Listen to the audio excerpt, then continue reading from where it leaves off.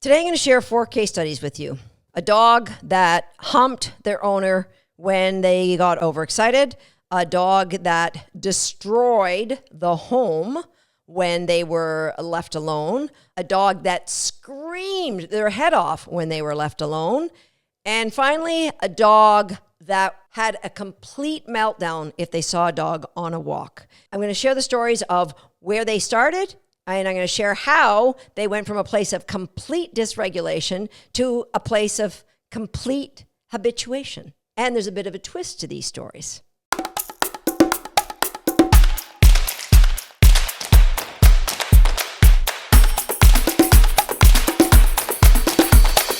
Hi, I'm Susan Garrett. Welcome to Shaped by Dog. 4 case studies, and I'm starting off with sharing the twist. And the twist is 3 of the 4 dogs were my dogs. And all 4 of them followed protocols that I set out to overcome the challenge. Let's start with dog number 1. The easy one was Momentum. So Momentum, as a puppy, anytime she got super excited, maybe people were visiting, maybe I was about to play a game that she loved, she would grab me by the waist and start humping me. Now, the other side of the track dog training methodology would say that dog's being dominant. That dog's trying to dominate you. And there's the problem with assigning human emotions to a dog's behavior. That's a dog who got excited and didn't know what to do. At that time, she wasn't super good on tugging. She really wasn't fond of tugging. She knew she liked to play the games. She knew she wanted to greet the people. And she had no way of expressing that emotion. So I had to go from a place of seeing her in dysregulation, knowing what the triggers were, my journal came in handy, and co-regulating by saying things like sit or down, when I saw that she was getting over-aroused. At the same time, building her drive for tug, building her drive to hold on to toys. She actually started shaking them, which I wasn't fond of, but it's better than humping. A gradual process, she figured out what was a better way to express her emotions, and the excitement of getting to work became so second nature, it was almost like white noise, and it didn't happen overnight, but eventually, she learned there was no need to hump. All right, so that was a relatively easy one. There was an obvious hole for that dog in how to express her emotions. She didn't really feel like tugging. She sometimes would do the zoomies, but I was just helping her to show a more appropriate way to outwardly express what she inwardly was feeling. All right, so let's get to a more interesting one, or one that might hit home with some of you. Let's talk about a dog who had separation anxiety.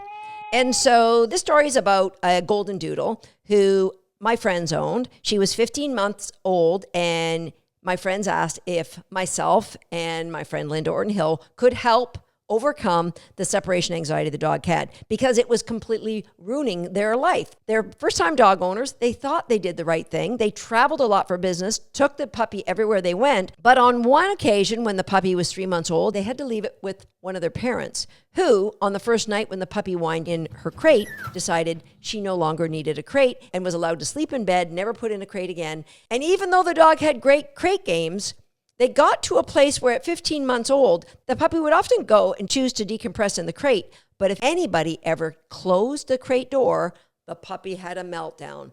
They got there by unconsciously doing a lot of wrong things. For example, they were in a hotel room. They knew they couldn't leave her in a crate. They wanted to go out for supper. They put her in a bathroom. Strange environment, don't know this place. She started whining. They waited outside the door to see if she would settle. She went from whining to barking to howling to just hysterics, and then they went in. And so she was building up a strong repertoire of, this is how vocalizing gets my people. Now, I'm not saying that separation anxiety is a learned behavior. I'm saying that in this case, the vocalizing was reinforced so much in increments, it got to be a learned behavior. And I'm not saying that all separation anxiety is a learned behavior, so make that clear.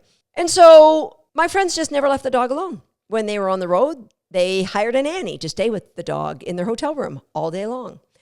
And at 15 months, we had a challenge. And so first thing we had to do is go through the list. Nutrition? Yep, great nutrition. Number 2, what about Exercise. Yeah, very inconsistent. And so when we would let Rosie off leash, she ran and ran and ran and ran. That was a huge thing. That they took her for walks, but there wasn't the opportunity to have a lot of off-leash running. So that was big. What about the environment? How much enrichment? They had a lot of great enrichment toys. They had Nina Olson's puzzle games. They had a lot of it, but they were using the enrichment inappropriately. Now, what would that look like? So enrichment is a great way to co-regulate with a puppy while you're on the way to helping them self-regulate.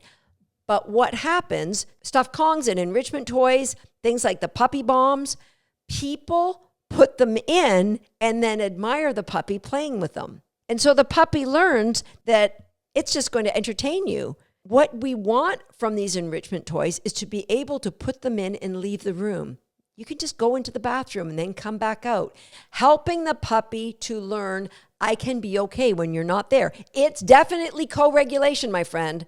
I mentioned in our last episode, it's not self-regulation because the puppy is being entertained by the game, but it's allowing the puppy to experience you leaving the room. All right, so enrichment, they use them, but inappropriately. Relaxation protocol, they didn't follow through with that. Choice-based games, yeah, they played a lot of choice-based games, but they didn't push the puppy to a place of challenge. Just introduced it, moved on to another one, introduced it, moved on to another one. So again, it was always the puppy earning reinforcement without any challenge and any failure. Point number 6, sleep. Yeah, puppy got lots of sleep as long as it was with them. Had to be touching them at all times. Alone time, yeah, that's not happening. No. Rosie the Doodle says no to alone time. Did they journal? They didn't know really enough about first-time dog owners. And did they follow a strategically layered program? They started, and then like many people, they just fell off and said, we'll just manage this and maybe she'll outgrow it. And at 15 months, they were having challenges. So what does co-regulation look like? Number 1, it's using things like enrichment games, like puppy bombs, toilet papers with cookies inside. That Doodle loved to shred. I would give her a puppy bomb, toilet paper roll with cookies inside, and she would get the cookies out and then shred every single little tiny piece of that toilet paper into a tiny little bits. So that got to be a great routine part of our day where I could leave the room and come back in. She was still shredding. Eventually, there'd be some time where she would have to wait before I came back in the room. Anytime somebody was going out with another dog, another enrichment game would come. So she would play that alone, not being entertained, or a stuffed Kong. And we mixed it up. So there was never something predictable. So the enrichment games were never predicted. At the same time, we used a remote feeder to be able to let her know that when we leave, good things happen. When we leave, good things happen. Building up her ability to deal with being alone, even for now. It wasn't easy. It didn't happen overnight. It took till day 7 before you could leave the room and she was fine with it. Couldn't leave for a long period of time, but that's where the relaxation protocol and the Frida protocol really kicked off. That's when things really started to go. That plus we continued to exercise her. We continued to play choice-based games. Today, my friends happily report they can leave her in a crate in any hotel room. She still would rather be with them, but she might whine and then settle down. She's learned that dog time and human time are separate from each other. So co-regulation for a long period of time when there's already an established problem, and then we moved to a place where the dog could self-regulate on short bursts of time. Next up, let's talk about tater salad. So if you guys don't know the backstory, Tater couldn't be walked because he pulled people down the street because he wanted to meet every dog and person out there. And so they didn't exercise him. Nutrition, they just, fed whatever grocery store kibble that was available. Nutrition, another one. Environment, they felt guilty about leaving him in a crate so long because the lady who owned him worked very long hours and then got a boyfriend the same week that she got Tater. And so there was a lot of, let's hope he outgrows it. Meanwhile, he learned to self-regulate by de-stuffing furniture. And he de-stuffed a lot of furniture. But they didn't give him anything to chew on because he would take his chew toy, picture a bulldog jaw, and he would push it up against the furniture to hold it so he could chew. And then when the bone fell, he would just chew the furniture, right? It was okay. And there was no training because there was no time for training. So there was no choice-based training. And that's how we end up with Tater living in our house. And so the first thing we do is we create a gated community where we give him bones. Now, I kid you not, for the first probably year that Tater lived in my house, if he was awake and not eating, I would guess 80% of the time he was chewing on a bone. And I would say that might be 5 or 10% of the time now. He still likes to chew, and if you give him a meaty bone, oh, he'll have at it. But he won't just pick up a bone for the sake of chewing, nearly the same. All right, maybe 10% of the time when he's awake now. Where before, it was non-stop. So we had to, unique situation, teach him how to chew without pushing it against things. That was, we could see a real trigger. And then give him outlets for his anxiety. Yes, being allowed to walk, being allowed to sniff, being allowed to investigate. All of these things, it's a transition. You co-regulate while you build. You see, oh, you can chew a bone in your X-Pen without pushing it up against things. All that we did, people want to know what we did. We just shaped him to go into a bed. And then the bone would come in the bed. And if he got out of the bed, then we would get a better bone. And if he went back in the bed, the better bone went in the bed.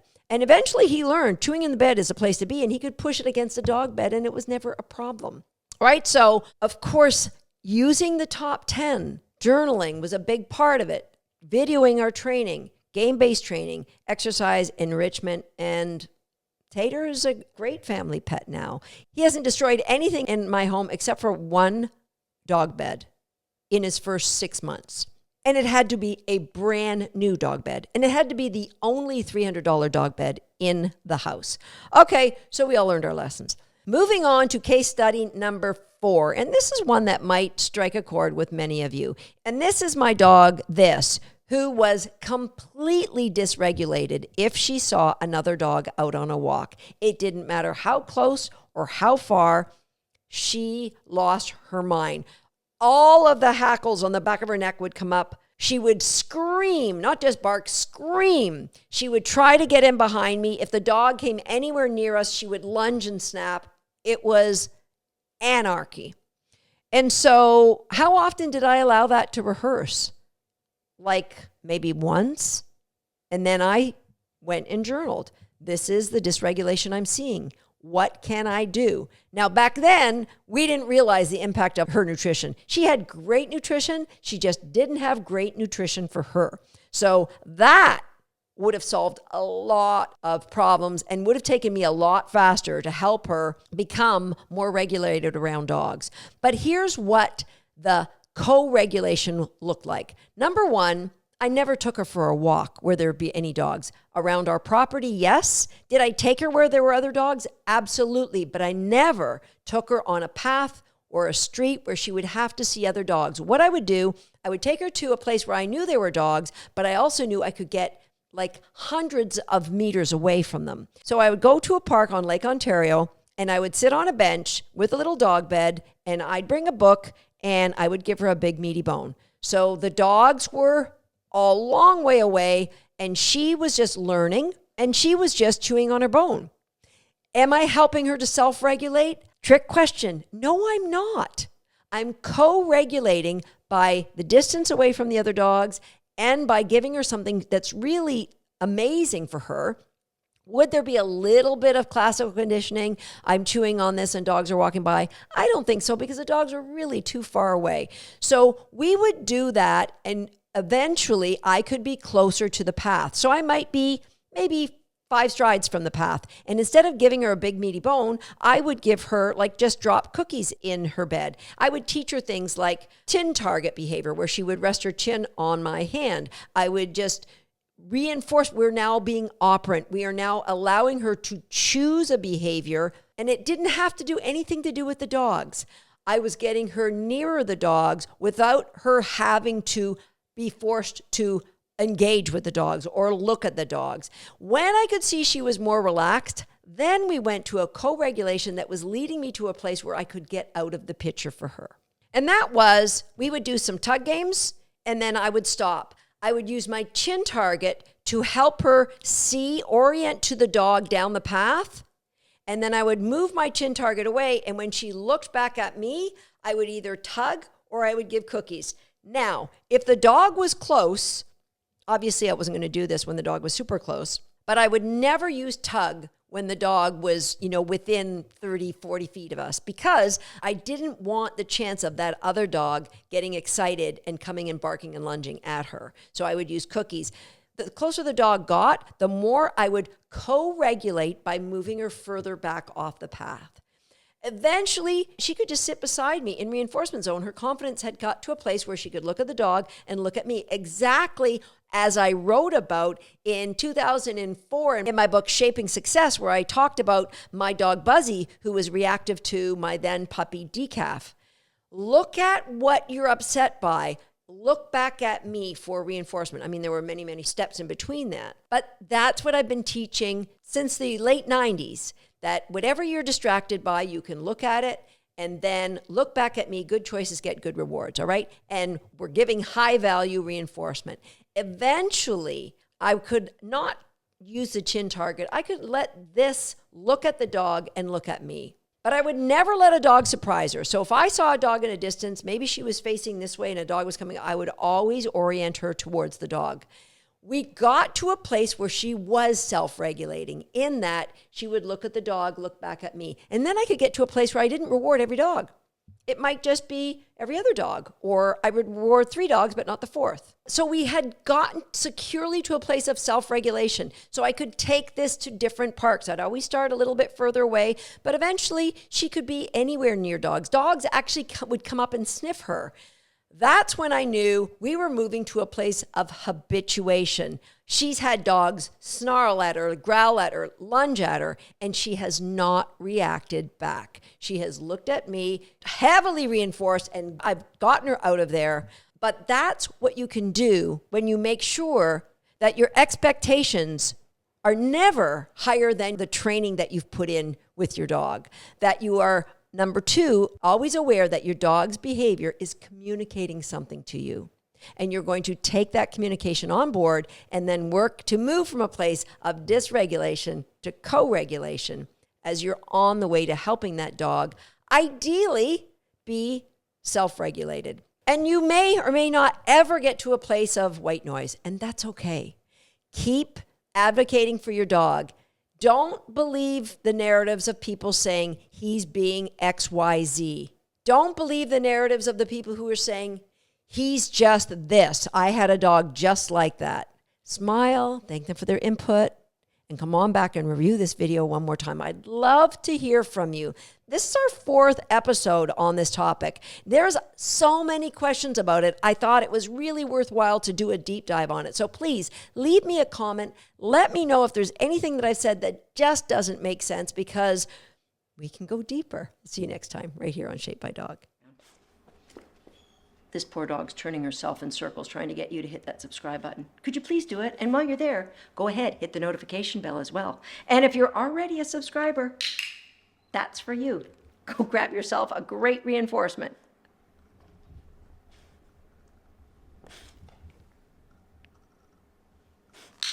You're such a goof.